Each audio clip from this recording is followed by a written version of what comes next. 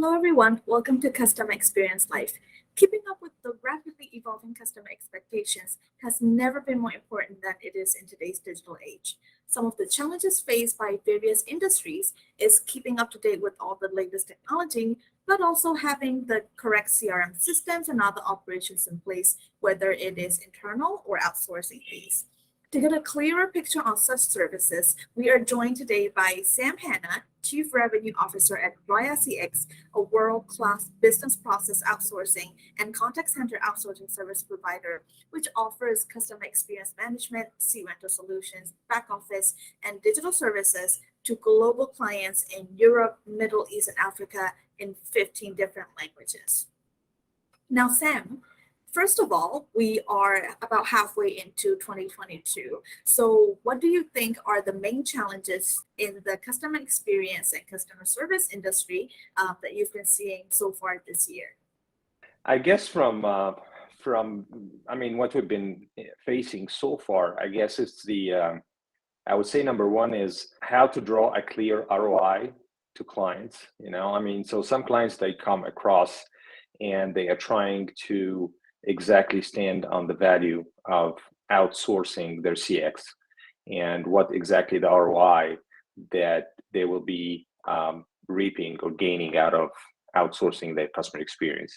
So this is one of the challenges, I guess, that probably both sides fall into, client side or buyer side and the provider side. And if this is not really kind of like, I would say calculated clearly, then probably there is something that needs to be worked on in order for us to reach that. That's one of the challenges. So reaching or defining the ROI clearly. And I'd probably say the second thing is no actionable data. Customers, they have a flood of data, and how to make sense of or draw an insight of all this data. I guess that's the second challenge for CX that we've been facing with clients coming to us and say, okay, you know what, I have tons of data, coming out from my bots, my chat, my website, my social media, how to make sense of that, So those are probably the two highlights of the challenges that we've been facing so far. Absolutely, Sam. We have heard from some of the other, industry experts that this unstructured data is one of the biggest challenges in the CX industry this year. Ever since, the digital transformation has taken place so rapidly, people have all this data and they're like, okay, what do we do with this data now? So another discussion 100%. that we often hear is outsourcing versus in-house operations. So what are your thoughts on this when you look at the pros and cons as well as financial implications? Yeah, well, that's a very good question. Well, from my point of view, I guess it's been settled a long time ago, but still, you would face every now and then buyers coming and asking, so what's exactly in it for me? I already have my operation ongoing and everything is pretty stable. So why would I just rock the boat and outsource? So usually we answer like in four main points. Number one actually is the best practice sharing. Having deep domain expertise in certain industry, this is what actually clients get to have if they outsource.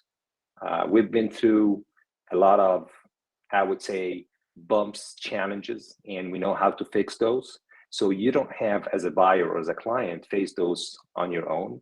We can help pretty much in fixing those right off the bat because we've been through that before. So best practice sharing is number one. Number two is no operational hassle. I believe that often buyers, when they calculate the cost element, they probably calculate only the very visible costs, but they kind of like oversee the hidden cost.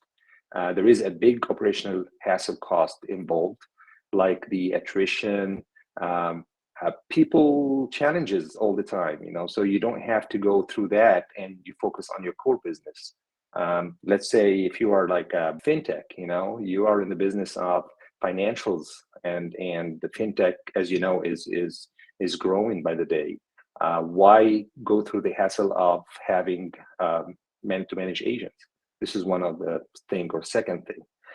Third, I would say probably Scalability and flexibility. I mean, we have so many clients in the e-commerce and retail space, and you know how seasonal this business is.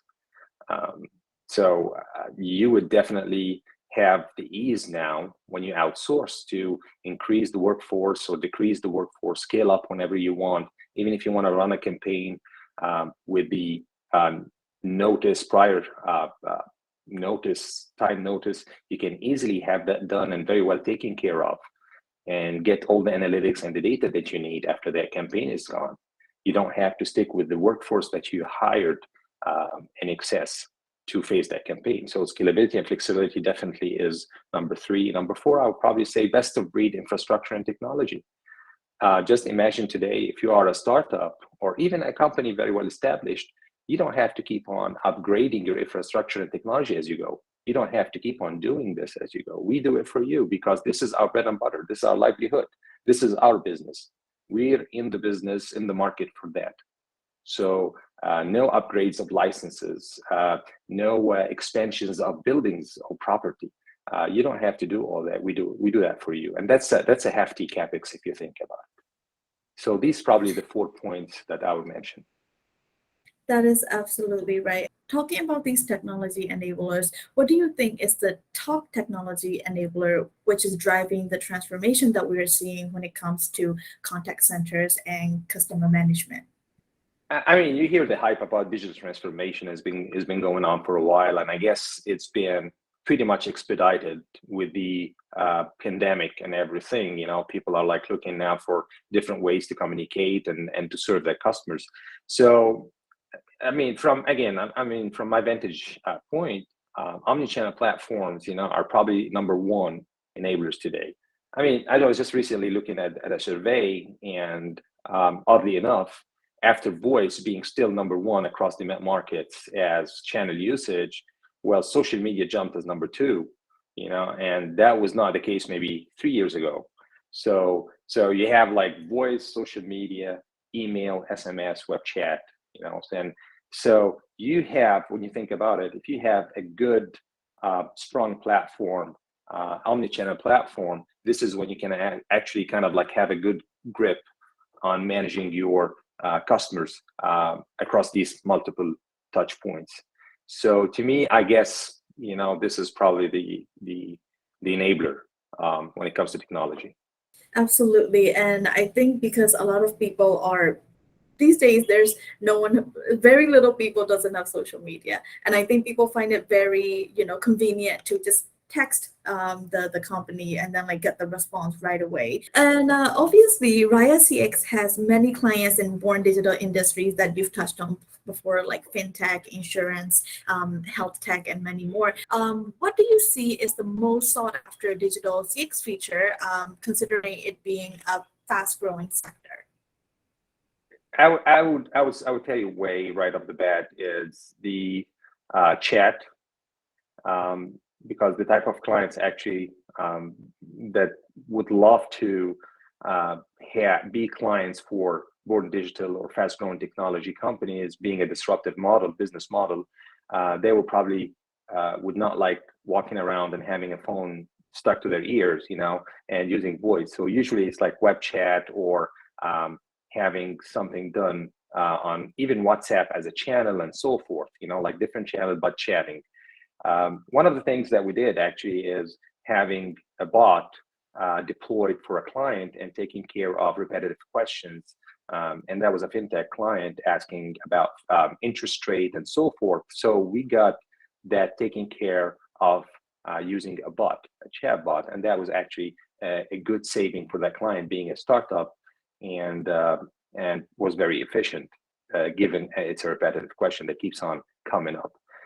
We did the same thing, the same client adding concierge service through a bot as well. So whenever they have an event, promotional event or marketing event, we covered that by bots, taking care of all the inquiries that coming from their attendees through a chat bot as well. So I would say definitely chatting is number 1. Last but not least, how does RAYA CX distinguish itself from other players in the market, considering these days every CX provider has pretty much the same claimed capabilities and similar offerings? That's a great question, Wei, I tell you. We try always to distinguish ourselves and stand out of that value parity narrative. So you find a lot of people actually saying the same, or a lot of providers probably reciting the same value prop for all their clients, and that kind of add more confusion to the clients. So our struggle, I guess, is how to define that value wedge that we have. Like what's the area that actually could add value to clients. And believe it or not, I mean, in every presentation we have that for our buyers. If we cannot, and I mean, when I actually sit down with my team and we have a clear inquiry from a client, and then we sit, and if we cannot actually define clearly the value that we're gonna actually put in that business, in that CX, how we're gonna actually enhance or improve, or what kind of incremental value that we're gonna actually put on the table, what we're gonna bring to the table to that client. If we fail in doing this, I tell you that that's probably not the right partner. And this happened before. So back to your question, and to answer it precisely, I would say number one is define the value clearly to the client, and that value could be in a clear ROI that we actually bring in. So whether it's a saving through higher efficiency, or better serving new market that they don't have the capability to serve. So this is one thing. Second thing, and I guess it's even more important, and that brings me back to the beginning of the interview, which is actually making sense or an insight of the data. We get a lot of data from clients. They capturing, and sometimes these data are really lethal when it comes to competition. So if we don't help them to make sense and insight of this data, then probably we did not really do a good job. So these are, I believe, this is the value that we bring. Thank you so much for giving me your time today, Sam, and congratulations to RAYA CX team for winning Best CX and Operational Excellence in Contact Center Award at our previous Customer Experience Life Awards. Oh, thank you, Ray. It's been our pleasure. Thank you so much. Very well deserved. Congratulations to you and the team again. And I hope to see you again to continue this conversation soon. Absolutely.